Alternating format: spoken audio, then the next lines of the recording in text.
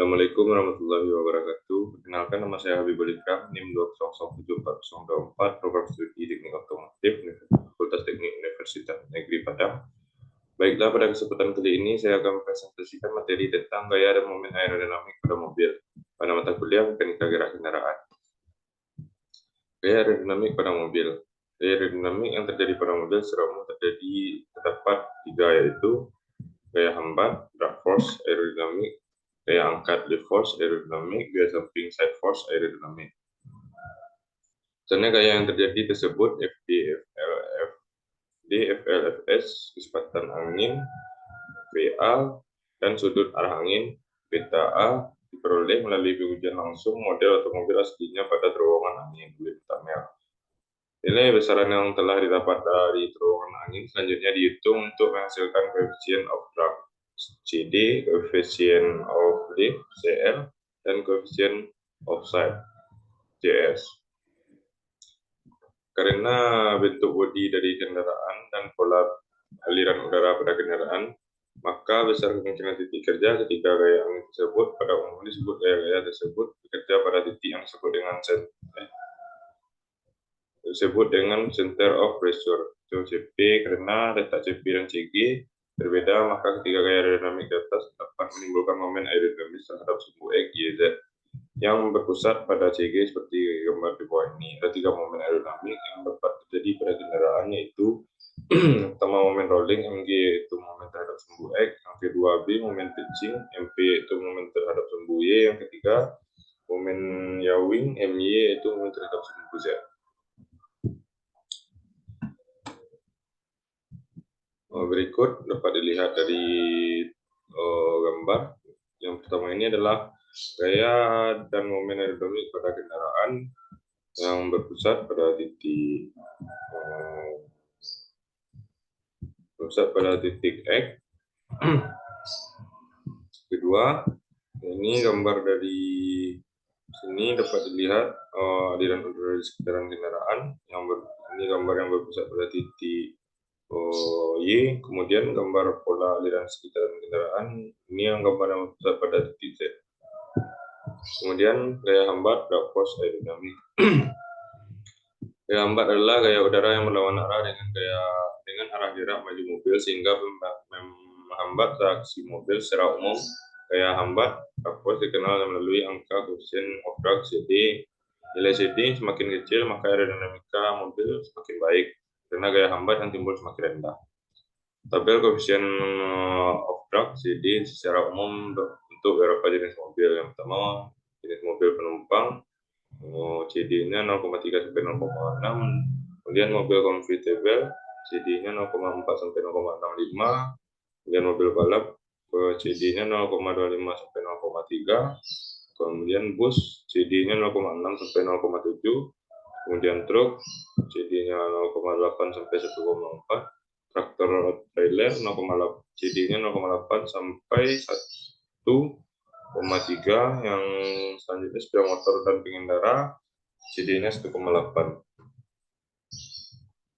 Gaya hambat total terdiri dari beberapa jenis gaya hambat, yaitu pertama, hambatan bentuk bodi mobil yang kompleks menyebabkan terjadinya distribusi tekanan di sepanjang permukaan bodi mobil. Saat mobil berjalan terjadi perbedaan tekanan antara bagian depan mobil dan bagian belakang mobil. Tekanan positif bekerja pada bagian depan mobil dan tekanan negatif di bagian belakang mobil, sehingga gaya udara yang bekerja pada bagian depan mobil lebih tinggi daripada gaya pada bagian belakang mobil. Akibatnya timbul gaya drag yang bekerja berlawanan dengan arah gerak mobil yang menghambat gerak mobil.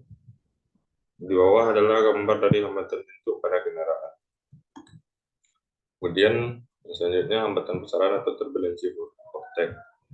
Pada bagian belakang mobil terjadi perbedaan tekanan antara bagian atas dan bagian bawah mobil, menyebabkan terjadinya gerakan aliran udara dari permukaan bawah menuju ke permukaan atas mobil yang berupa besaran atau turbulensi vortex.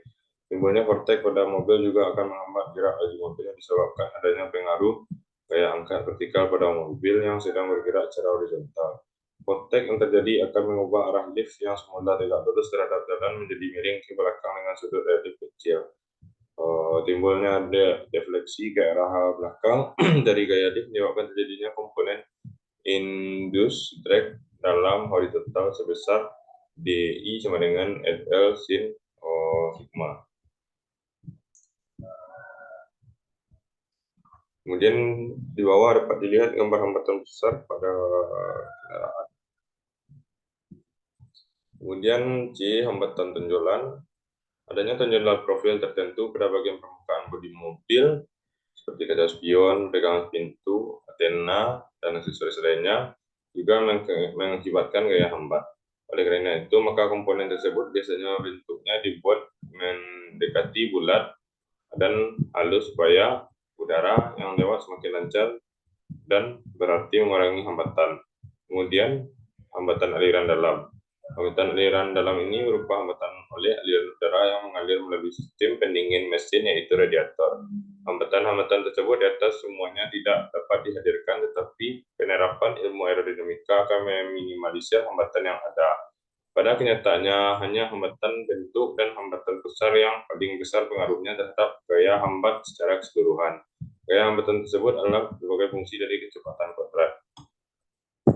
Secara umum, perumusan gaya hambat angin adalah Fg sama dengan setengah C rho V A kuadrat kali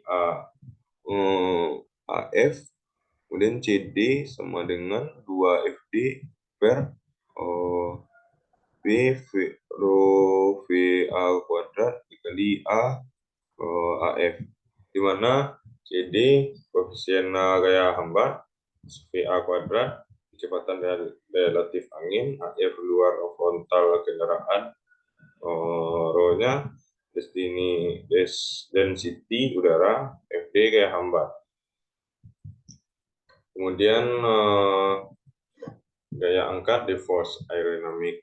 Perbedaan bentuk aliran permukaan atas dan bagian bawah mobil menyebabkan aliran udara pada permukaan atas lebih cepat daripada aliran udara pada permukaan bawah, sehingga tekanan pada permukaan atas mobil lebih rendah daripada tekanan permukaan bawah. Faktor lain adalah kekasaran bagian permukaan bawah mobil yang disebabkan oleh profil mesin dan komponen lain memperlambat aliran di bawah, sehingga memperbesar tekanan aliran permukaan bawah. Karena itu, tekanan yang bekerja pada bagian bawah mobil secara umum lebih besar dari tekanan yang bekerja pada bagian atas mobil, sehingga menimbulkan terbentuknya gaya angkat drag force karena adanya desakan aliran udara dari permukaan bawah ke permukaan atas mobil. Berikut gambar dari distribusi tekanan penyebab gaya angkat. Gaya ini bekerja dalam arah vertikal dan biasanya arah ke atas ditandai dengan arah positif dan ke bawah sebagai arah negatif. Pada gambar di atas, gambar lift secara total dapat dirumuskan FL sama dengan setengah CL rho VA kuadrat kali AF, CL sama dengan 2 VL, 2 kali VL per rho VA kuadrat dikali AF, di mana CL koefisien hambat, VA kuadrat kecepatan relatif dingin, AF luar frontal kendaraan, rho density udara, FL ya angka. Kemudian masuk pada gaya samping atau set force. Jika ada gerakan angin yang tidak sejajar dengan arah gerak mobil sehingga membentuk sudut tertentu terhadap lintasan mobil, maka akan terjadi gaya samping. Gaya samping bekerja dalam arah horizontal dan transversal sehingga bersifat mendorong mobil ke samping. Gaya samping juga terjadi pada kondisi mobil berbelok. Bodi mobil yang semakin aerodinamis dan mengeliminir terjadinya gaya samping sehingga stabilitas mobil lebih terkendali dengan baik. Kemudian bagian mobil, bagian depan mobil atau forebody merupakan bagian bodi mobil yang sangat menentukan besarnya gaya hambat. Bagian depan mobil terdiri dari spoiler atau bumper, kap mesin, windscreen, dan kaca depan. Bodi ini berhadapan langsung dengan aliran udara. Semakin cepat jalan mobil, hambatan udara yang terbuka semakin besar. Aspek aerodinamik pada bagian hidung atau muntung mobil sangat dipertimbangkan setelah kebutuhan udara untuk pendinginan mesin, yaitu khususnya radiator, dan udara untuk mendinginkan rem depan terpenuhi. Secara umum, bagian depan mobil termasuk kaca depan dibuat landai pada bagian atas dan samping, serta bagian bawah sedekat mungkin dengan jalan, sehingga udara semaksimal mungkin melewati bagian atas, bagian depan atas, dan seminimal mungkin melewati bagian bawah mobil, sehingga gaya angkat mobil yang timbul semakin rendah. Berikut di bawah gambar aliran separasi pada kap mobil. Kemudian bagian atap mobil. Bagian atap mobil ini dapat diperbaiki dengan mendesain atap berbentuk konveks agar memudahkan aliran udara mengalir ke belakang. Jika konveksitas diperbesar, koefisien of drag CD dapat diperkecil. Jika dibentuk konveks didesain sehingga menyebabkan tambahan luas frontal area, maka aerodinamik drag juga meningkat. Jika tinggi atap asli dibiarkan konstan, maka kecari depan dan belakang harus dibuat melengkung sehingga efek konveksitas dapat tercapai. Berikut gambar pengaruh konveksitas pada koefisien drag. Bagian belakang mobil, figure rear end. Stabilitas mobil juga sangat ditentukan oleh gaya yang terjadi pada bagian belakang mobil. Oleh karena itu, maka pada bagian belakang mobil dibuat lebih lancip, dan pada mobil balap selain pasang spoiler juga dipasang sayap, sehingga semakin cepat mobil gaya angkat yang timbul dan besaran atau turbulensi dapat dieliminir. Gambar bagian belakang kendaraan dapat dilihat di slide berikut. Berikutnya yaitu bagian samping mobil. Reduksi drag pada bagian samping mobil ini dapat dilakukan dengan mendesain kelengkungan bagian samping. Kemudian bagian bawah mobil, keseran bagian bawah mobil juga akan meningkatkan nilai drag pada mobil. Reduksi drag dapat dilakukan secara terhalus bagian bawah mobil sehingga jarak itu yang semakin pendek atau antara bodi bagian bawah dengan permukaan jalan akan menghasilkan gaya angkat mobil yang semakin kecil. Kemudian komponen bodi.